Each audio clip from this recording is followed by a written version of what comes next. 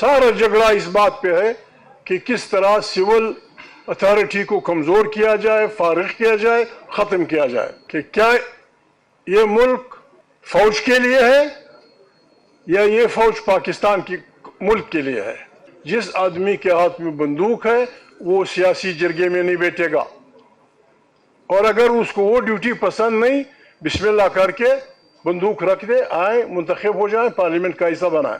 ایک آدمی ان میں سویلین ہے، لیکن چونکہ وہ سپریم کمانڈر ہے، اس کو اس لیے ابھی 4 لوگوں کو یا جتنے لوگوں کو استثناء ملا ہے وہ سارے فوجی ہیں. میں معافی چاہتا ہوں، دنیا جہان کی آپ تاریخیں دیکھیں، جہاں جہاں فوجیں اپنے عوام سے لڑی ہیں فوج ہاری ہے. بالکل ہم ڈائیلاگ کے لیے تیار ہیں، جمہوری ڈائیلاگ کے لیے ہم تیار ہیں، لیکن اس کے لیے شرط یہ ہے کہ عمران خان سے ملاقات کی اجازت ہوگی. افواج پاکستان اور ہماری استخباراتی ایجنسیوں کا، ملٹری ہو سول ہو، ان کا سیاست میں حصہ لینا بند ہوگا.